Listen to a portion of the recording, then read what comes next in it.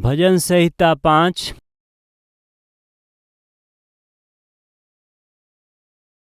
दूसरा और तीसरा वचन के पढ़त हई।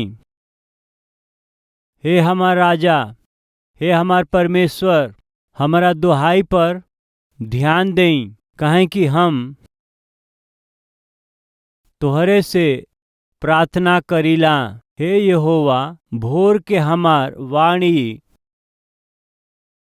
तोहके सुनाई देई। हम भोर के प्रार्थना करके तोहार बाट जोहब। दाऊद के जीवन में कष्ट आइल। दाऊद विपत्ति में रहले।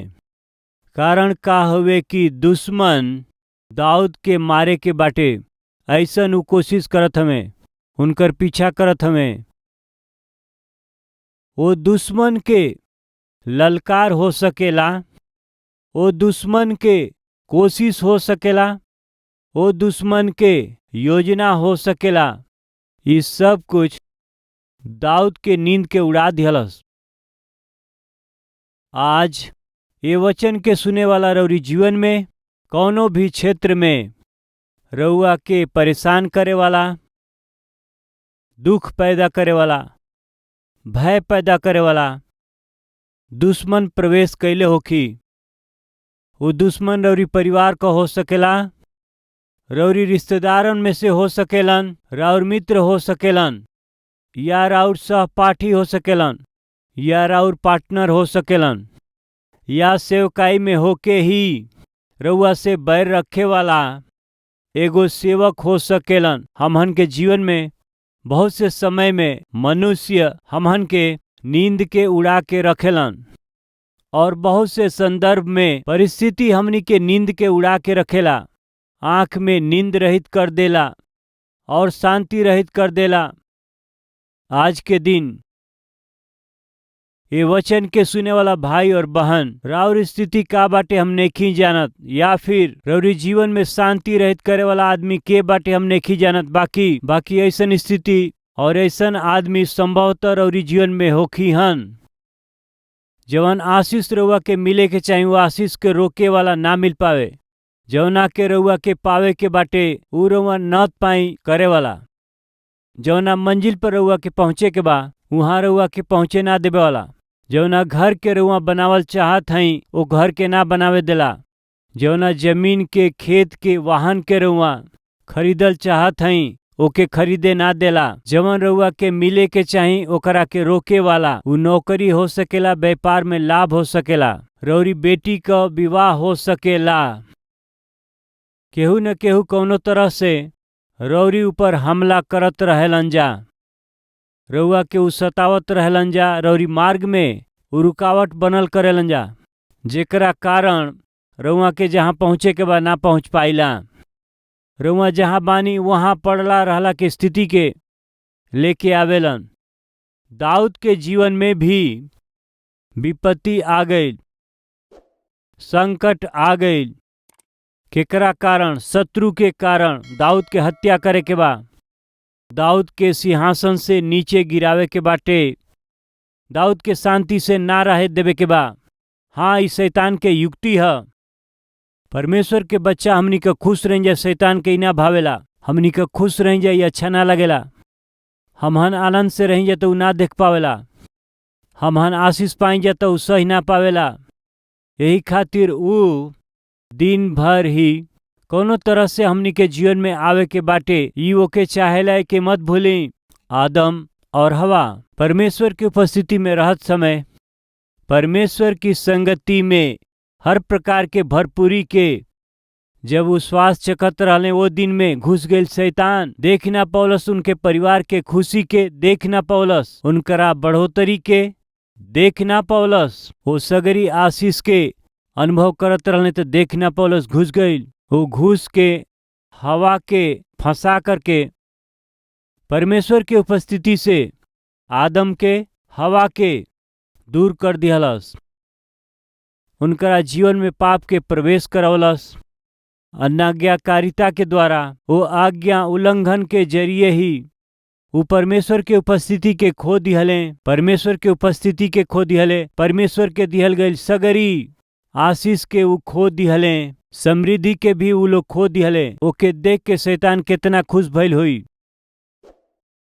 मेहरबानी से ध्यान दे, हमनी में से कुछ लोग परमेश्वर के दिहल गईल आशीष के खो के जियत हमें, कारण शैतान के अधीन भइल। परमेश्वर के मेल मिलाप के खो दिहले, कारण शैतान के आज्ञा मानल। परमेश्वर की संगति से दूर हो गईले। ई काहे भइल? परमेश्वर कुछ और ही कहले, रउआ कुछ और कैली। यही से आज रउआ अपना जीवन में रउआ कहीं के ना रहली, सबसे दूर हो गईली और सब कुछ खो दिहली। आज वास्तव में एगो अनाथ बन गईला। वही दिन यदि हवा शैतान के बात करत समय परमेश्वर की ओर फिरती तो कितना अच्छा होई। तू कोनो अपरिचित हवा, तोहार हमार कोनो परिचय नहीं खे। तू काहे के आके हमारा जीवन में घुसत हवा। हमन के पिता हमें हमार पोषण करे वाला, हमनी के ध्यान रखे वाला, हमसे प्रेम करे वाला तू के हवा बीच में। ऐसे परमेश्वर की ओर फिरला से वही दिन उन लोग का जीवन अच्छा होई। दाऊद के और आदम हवा के बीच अंतर यह हवे, दुश्मन आ गईले। दाऊद के मारे के बाटे, हत्या करे के बा। दाऊद का कैले जानत हई, दुश्मन के आगे झुकले उ नहीं, उनका युक्ति के आगे वो गिरले ना। फिर वो का कैले? प्रार्थना कैले। वो प्रार्थना कैले। जब हमनी के जीवन में दुख आवेला त और परेशानी आवेला त सहज रूप से का करे लीजा?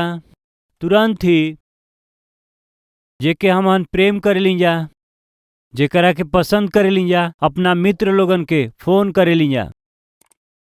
हमके ई परेशानी आ गई, का करी बताव? हमके ई दुख आ गई बाटे, का करी?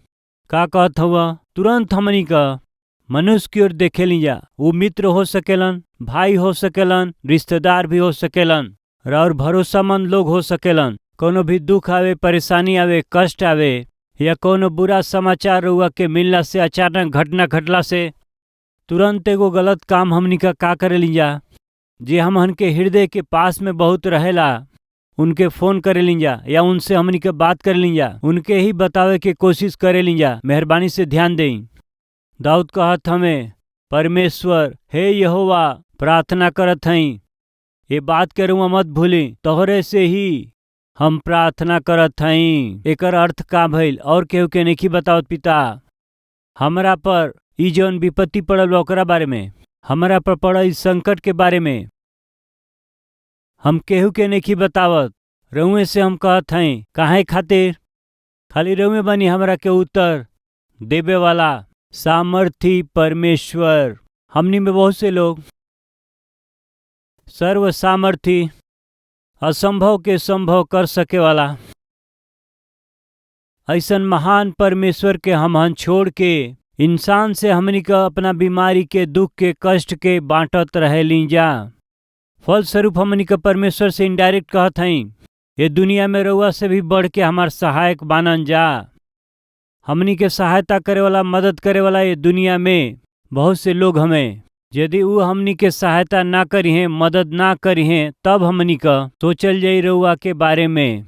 ऐसे वो व्यवहार करेलन। फलस्वरूप परमेश्वर की ओर से सीधा मिले वाला मदद के ना पा कर के हमहन का ऐसे भटकत रह जा। दाऊद ऐसा आदमी बिल्कुल ना हमें। दाऊद कहत हमें, हम तोहरे से प्रार्थना करत हई। एकर अर्थ जानत हई कि हमार केहू नहीं के। ये संकट से, ये विपत्ति से छोड़ावे वाला हमार केहू नहीं के। हे पिता, रउए बानी, रउए से हम प्रार्थना करत हई। कितना समय हो गई हमनी के कहती, कितना समय हो गई परमेश्वर की उपस्थिति में आकर के, प्रभु जी रउआ सिवा हमार कोनो सहारा नेखे। पिता, रउए से हम कहत हई कि दुख के कई समय में पति के जरिए सतावल गईल बहुत से पत्नी होली जा, पत्नी के जरिए सतावल गईल बहुत से आदमी होखेलन जा, और बच्चन के जरिए भी बहुत सतावल गईल माता पिता होखेलन। बेटा के परिवार के जरिए या बेटी के परिवार के जरिए उनकरा घर में सुख शांति ना भइला के कारण दुख उठावाला माता पिता रहेलन। का करेलन? कुछ सोचेलन नहीं। सहायता करे के बाद सोच के बिना कर पावेलन। उनकरा परिस्थिति के देख के चुप ना रह पावेलन। उनकरा परिस्थिति के बताई। अपना ही परिवार के बारे में दूसरा से बतावला से का बा फायदा। रौरी पति के विषय में, पत्नी के विषय में, बच्चन के विषय, आसपास के लोगन से बतावला से का फायदा बाटे। बहुत लोगन का ई कमजोरी हवे। घर के ही भेद के बताए वाला पत्नी नेकी का ना कहल जाई? जरूर हई। दाऊद ऐसा ना हमें। दाऊद अपना दुख के सीधे परमेश्वर से बतावेलन। यही से ये बात के उ कहत हमें, हे परमेश्वर तोहसे ही प्रार्थना करत हई और केहू से हम नहीं कहत। केहू से कहला से उ हल ना कर पाई हैं। कृपया सुनी मित्र लोग, हमहन का सोचिला कि केहू के बता देवे तो समस्या हल हो सकेला। बाकी इन्हें के भूले कि संसार में सबके पास समस्या बाटे। रउआ सोचतनी हम केहू के बता दे तो हमार समस्या हल करी हैं, बाकी वो समस्या में बाड़े। एगो विषय तो के बताई। करीब 20 साल पहले एगो बड़ा कलीसिया में हम गईली। वो बड़ा कलीसिया के पास्टर बड़ा सेवक रहले। अपना सगरी परेशानी के जब हम बतौली, सेवकाई के सगरी जरूरत के जब हम उनकरा से बतौली तो वो बड़ा सेवक सुन के हमसे एगो अच्छा बात कहले। का कहले जानत हई? ब्रदर सतीश, तोहरा सेवा में रहे वाली तकलीफ हम समझ गईल बानी। हम सहायता करे के सोचत हई। हम ऐसे देखत रह गईली। हम तोहार सहायता कल चाहत हई। आवे वाला थर्सडे हमारा पासे आव। 50 लाख रुपया हम तोहरा के देब। रउआ विश्वास करी, हमरा के नींद ना आइल। का नींद ना आइल? कब आई वो थर्सडे? काहे कि हम आर्थिक रूप से समस्या में रहली, कर्जा में रहली। 20 साल पहले हम बहुत से गलती के कैली। कहा कहला से हैदराबाद में जमीन के रेट बहुत बढ़ जाई। ओकरा बाद चर्च खाती जमीन खरीदल हमके बहुत मुश्किल हो जाई। अब अहीं से चर्च खाती जमीन लिया जाई तो बहुत अच्छा होई। अब अहीं के बात ना ह, ये 20 साल पहले के बात ह। हैदराबाद के चारों ओर हम जमीन के खरीद ले रहली। एडवांस तो हम दे देले रहली, बाकी ओकरा बाद जवन देवे के रहे ना दिहली। वो एडवांस दिहला के विषय में और बाकी दिहला के प्रक्रिया में हम कर्जा ले ली हली। हमारा सेवकाई के कारण, हमारा दिहल गई संदेश के कारण ही हमसे प्रेम करे वाला बहुत से लोग 50,000 30,000 ऐसे कर्जा दे चल गए। हम कर्जा में पड़ गईली और उस समय कर्जा चुकावला के परिस्थिति ना रहे। सिर उठावे के स्थिति नहीं खे। जे कर्जा देले बा उनसे आमने सामने मिले के स्थिति ना रहे। बहुते दब गई रहली, परेशान हो गई रहली। ऐसन समय में एगो सेवक कहत हमें, हम तोहार सहायता करब। आवे वाला गुरुवार के तुम मिला, 50 लाख देब। बहुते खुश बनी। हे प्रभु, हमारी सगरी परेशानी के, हमारा आर्थिक तंगी के रउआ दूर करत हई। एगो सेवक के जरिए रउआ जवाब देत हई। हम बहुत ही खुश हो गईली। वो सेवक से मिले खातिर हमारा पास रास्ता खातिर, खर्च खातिर पैसा ना रहल। रउआ विश्वास करी, वो सेवक के कलिसिया तक हम चल के ही गईली। उस समय खातिर हम ताकत रहली। ऑफिस में जाके रिसेप्शन पर हम पूछली, पास्टर जी हमरा के बुलौले बाड़न। उ हमें का पूछला से आज के दिन उ पास्टर जी यहाँ ना आई हैं। आज उ ना आई हैं, रिसेप्शन पर बतौले। हम बहुत चिंता कैली। आज उ आवे के कहले रहलन, मदद करब कहले रहले। ये सप्ताह ना आई हैं का? तब फिर कब आई हैं? रविवार के आई हैं। फिर हम रविवार के पैदल ही हम गईली। हम बहुत इंतजार कैली। रविवार रहे, उस सेवक बहुत बिजी रहने, यही से उ ना मिल पौले। फिर गुरुवार तक हम इंतजार कैली। फिर पैदल चल के ही कलिसिया में गईली। उ सेवक जल्दी जल्दी चलत उ कार के पास में जात रहले और हम जाके वहाँ खड़ा हो गईली। आके वो कार में बैठिए, वही से हम कार के पास खड़ा रहली। हमरा के देखते तुरंत, ब्रदर सतीश, बहुते खुश बनी तो के देख के। हम फलाना मीटिंग में जात हई, एगो काम करबा, अगला बुधवार के आवा। ठीक बा जी। अगला सप्ताह फिर बुधवार आइल। फिर हम गईली। फिर उ ना मिलले। अंत में एक दिन अब कोनो फायदा नहीं के सोच के वहाँ में बैठल रहली। कोनो समय कोनो दिन वो जरूर वो मिली हैं, सहायता करब हम खुद उ कहले रहले। यही से जरूर उ सहायता करिए। हमार आर्थिक परेशानी आर्थिक तंगी इतना बढ़ल रहे। एक दिन उ कार से उतरले, हम बहुत खुश भैली, उनकरा सामने खड़ा भैली। उ हमके देख के उ कहले, सतीश प्रार्थना कर। काहे खातिर जी? हमरो के बहुत पैसा चाही, तू प्रार्थना कर। प्रभु तुहार प्रार्थना सुन के हमार कोनो आर्थिक मदद करी है, तब तू हमारा पास आव, तब हम तुहार मदद कर पाए। जाके आव। का समझ में आयल रहुआ के? अब हम हंसी या फिर रोई? कुछ मिली जब सोच के हम आशा कैली, बाकी हमारा निराशा ही लागल। हमारा खातिर प्रार्थना कर, हमरो भी आर्थिक परेशानी बा।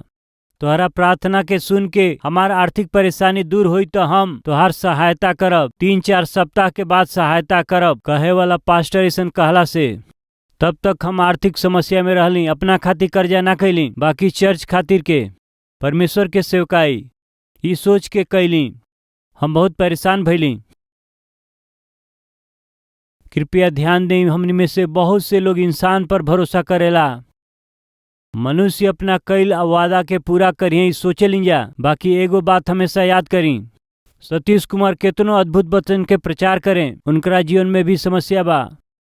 ई मत भूली, यानी संसार में बिना समस्या के शायद ही केहू होई। रउआ में से केहू आशा करत बा कि संसार में जेकरा पास समस्या ना है ओके हम देखब।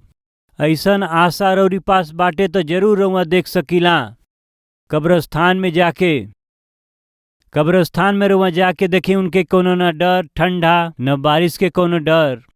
घर में पत्नी रोतड़ी ना एकर कोनो दुख, या बच्चन के पढ़ाई छूट गइल बा। हाँ, ऐसन कोनो दुख बा? कुछ नहीं खे प्रिय लोग। यानी जे मर गइल बा ओके कोनो परेशानी नहीं खे। ऑफ कोर्स जे मसीह में मर गइल बा ओके कोनो समस्या नहीं खे। मसीह के बिना सुतला से असली समस्या वहां शुरू होला। कारण कहा कि बाइबिल कहले कि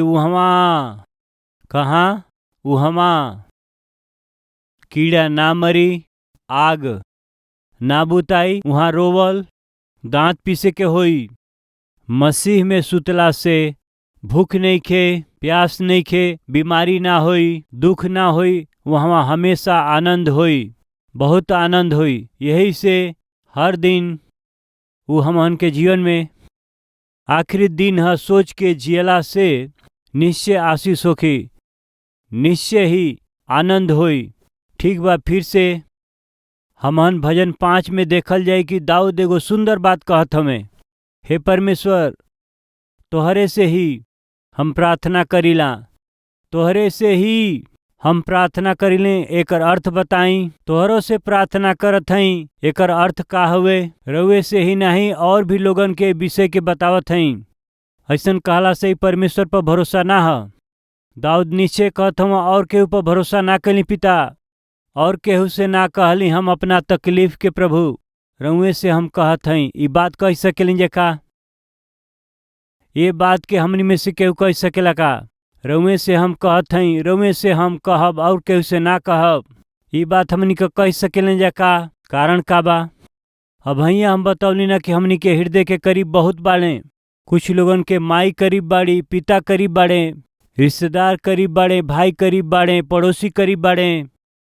ये सब से बता के, ये सब के हम सब कुछ बता के इनसे बच जाई, तब हम प्रभु हमार परिवार कष्ट में बाटे, तरस खाई पिता, दूगो बात 2 मिनट में, और पड़ोसी से घंटा घंटा भर बतावेलन, अपना भाई बहन से घंटा घंटा भर बतावेलन। परमेश्वर के पास जाके रउए हमार सहारा हई, रउए हमार मददगार हई, तुति तुति तुति।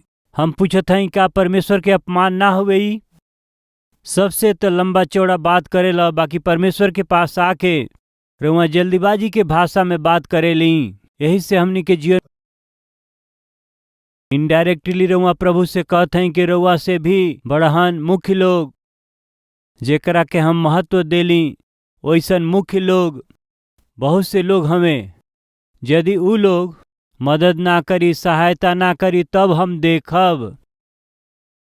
ऐसन स्वभाव परमेश्वर के बिल्कुल पसंद ना हो। दाऊद कहत हूँ कि जे लोग रउआ पर भरोसा करेला उ सब लोग, कुछ लोग ना कहत हमें, जवन लोग भरोसा करी हन जा, जवन लोग रउआ पर भरोसा करी, रउआ काला हो सकिला, गोरा हो सकिली, राउर जाति कुछ हो सकेला, रउआ कोनो प्रांत के हो सकिला, कोनो परिस्थिति में रउआ हो सकिला। परमेश्वर पर भरोसा कैला से उ रउआ के समाधान दी है, शांति दी है। उतने नहीं, वो उनकरा के रक्षा करी है और निरंतर उन्हन लोग के यानी हमेशा प्रभु रउआ के आनंद के बटी हैं।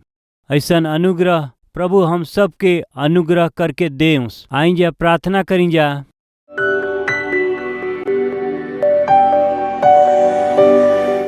महान पवित्र प्रेमी परमेश्वर पिता, इंसान के समस्या के दूर करे वाला प्रभु खाली रउआ हई। वैसे दाऊद जैसे ही रउए से प्रार्थना कैलें, रउए पर ही उ भरोसा कैलें। जे रउआ पर भरोसा करेला उ शांति से, आनंद से रउआ उनके भर देली हमेशा खातिर के। यह तरह दाऊद भरोसा कैलन, यही से भोर के ही उठ के प्रार्थना में घुटना टेक के रौरी उपस्थिति में बाट जोहत रहले।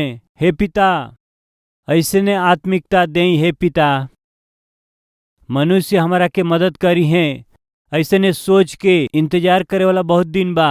हमारा जीवन में भी कितना बेर उ सेवक हमके सहायता करी हैं, ये ताक में बैठल रहली, जाके दरवाजा पर खड़ा रहली।